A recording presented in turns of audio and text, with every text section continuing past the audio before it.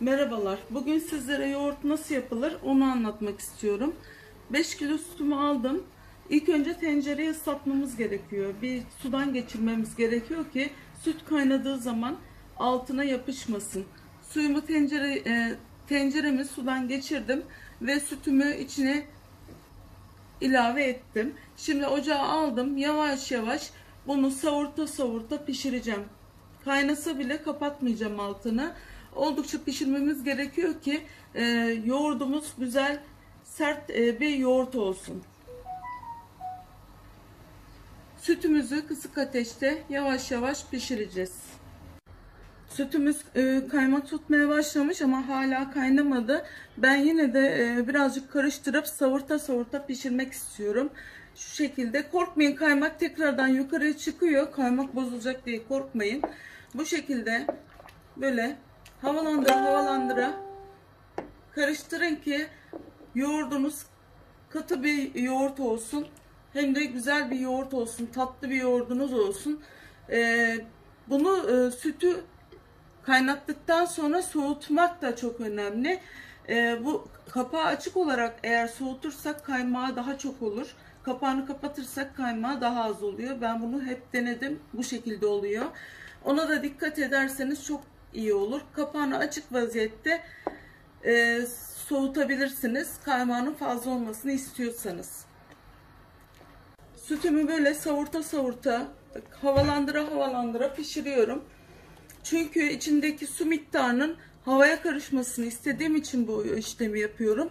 Böylelikle yoğurdum daha güzel bir yoğurt olacak. Daha katı bir yoğurt olacak. Onun için uğraşıyorum. Bu şekilde havalandıra yavaş ateşte pişirirseniz hem daha lezzetli bir yoğurt elde edersiniz. Hem de istediğiniz sonuca ulaşabilirsiniz. Susuz bir yoğurt olur. Sulu bir yoğurt olmaz. Ben karıştıra pişirmeye devam ediyorum. Ne kadar çok karıştıra kaynasa da böyle pişirirseniz çok daha iyi sonuçlar elde edebilirsiniz. Eğer sütünüzün taşmamasını istiyorsanız içine bir metal kaşık koyabilirsiniz veya bir kepçe koyabilirsiniz. Eğer işiniz çoksa başında duramıyorsanız o şekilde taşmasını engellersiniz. Aynı zamanda sütünüz de çok iyi kaynamış olur hem de kendini çekmiş olur. Bu şekilde pişirmeye devam ediyorum. Ben açık süt aldım. Açık süt de faydalı bir süt. Bu şekilde ben açık sütten yoğurt yapıyorum ve lezzetinin de farkındayım. Çok güzel lezzetli yoğurt oluyor. Tatlı yoğurt oluyor. Çocuğum da çok seviyor. O şekilde yapıyorum. İsterseniz kapalı kutu süt de alabilirsiniz. İsterseniz bu şekilde de yapabilirsiniz. Ama ben bundan çok güzel sonuçlar aldığım için bu şekilde sütü tercih ettim. Sütü kaynatmaya devam ediyorum ben. Biraz daha kaynattıktan sonra artık altını kapatacağım ve artık soğumaya bırakacağım. İsterseniz tencerenin içinde de yoğurdu mayalayabilirsiniz. İsterseniz cam kavanozların içine de mayalayabilirsiniz. Cam kavanozlara mayaladığınız zaman daha iyi oluyor. Şöyle daha iyi oluyor. Bozulmuyor yoğurt, yani istediğiniz kadarını kullanabiliyorsunuz. Tencerenin içinden aldığınız zaman tabi ister istemez kaşık değdiği zaman biraz sulanabiliyor daha sonra. Eğer tencereden kullanırsanız yoğurdu sulanma yapabilir. Kısa sürede de tüketmeniz gerekebilir. O yüzden ben bunları cam kavanozlara yapmayı planlıyorum. O şekilde yapacağım. Evet, sütüm iyice kaynıyor. Görüyorsunuz, göstereceğim size şimdi. Şu şekilde iyice kaynıyor. Ben karıştırarak pişirdim. Bayağı bir çekti sütüm. Hemen hemen şuralardaydı. Bayağı bir indi. Biraz daha çektirebilirsem çok daha güzel olacak. Artık kaynıyor. Biraz sonra altını kapatıp artık soğumaya bırakacağım. Sütlerimi cam kavanoza ve cam kaselere aldım bu şekilde. Şimdi bunların biraz soğumasını bekleyeceğim. Daha sonra yoğurdumu mayalayacağım.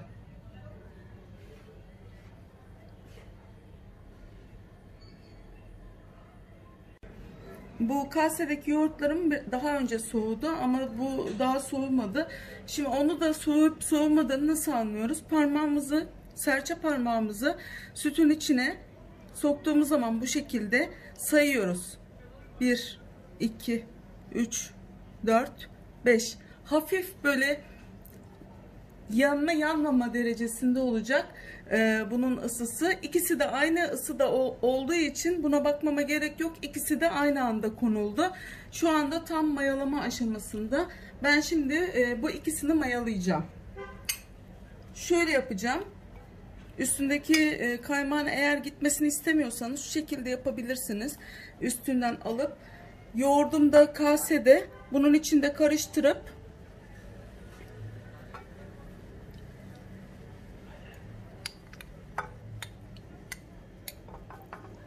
iyice karıştırıp ondan sonra içlerine ilave edeceğim. Biraz daha alacağım.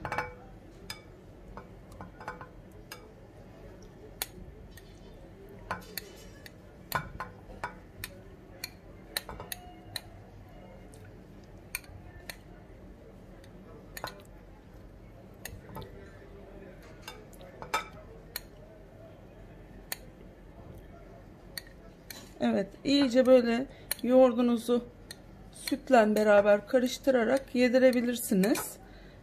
3 tane kasem bir 2 kase bir de kavanozum olduğu için ben biraz yoğurdu fazla aldım. Daha az yoğurtla da yapabilirsiniz. Çünkü 5 kilo süt var burada toplam. Bayağı çok sütüm var. O yüzden bu kadar yeterli olacak. Evet, biraz daha süt alayım buradan. Ne kadar böyle sütle beraber yoğurdu bu şekilde yedirirseniz eşit bir şekilde yoğurdunuzun içine, sütünüzün içine bu karışım karışmış oluyor ve daha güzel bir yoğurt elde ediyorsunuz. Şimdi artık bunu ilave ediyorum. Böyle bir köşesinden diğer köşesinden ilave edebilirsiniz. İsterseniz karıştırabilirsiniz de, o kaymak tekrardan yukarıya çıkacak zaten. Şu şekilde karıştırarak da yapabilirsiniz. Tamam. Bu buna yeterli. Şimdi bunun kapağını kapatacağım, üstünü örteceğim ve artık dinlenme aşamasına alacağım. 4 saat boyunca hiç dokunmadan bunların kapağını kapatarak dinlendireceğim. Şimdi diğerini yapıyorum.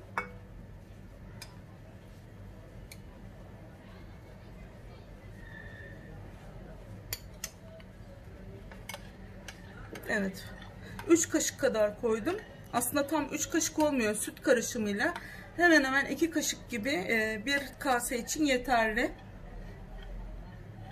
Tamam. Şimdi ben bunların kapaklarını kapatıp artık üstüne de bir bez örteceğim. Ama kışın yaparsanız birkaç kat örterseniz hem yoğurdunuz üşümez, hemen olur, hem de çok çabuk olur. Şimdi yaz ayında olduğumuz için ince bir tane örtü yeterli oluyor. Kapaklarını kapattım ben ikisinin. Şimdi üstüne ince bir örtü örtüp 4 saat boyunca bekleteceğim. Yoğurdumuzu bir gece dolapta dinlendirdim. Yoğurdumuz oldu. Ben size şöyle göstereyim. Görüyorsunuz, gerçekten çok güzel yoğurdum oldu. Evet. Şimdi ben bunu artık içinden alacağım ve yiyeceğiz artık inşallah. Bakın, yoğurdun güzelliğine bakın. Kaymağını da görüyorsunuz.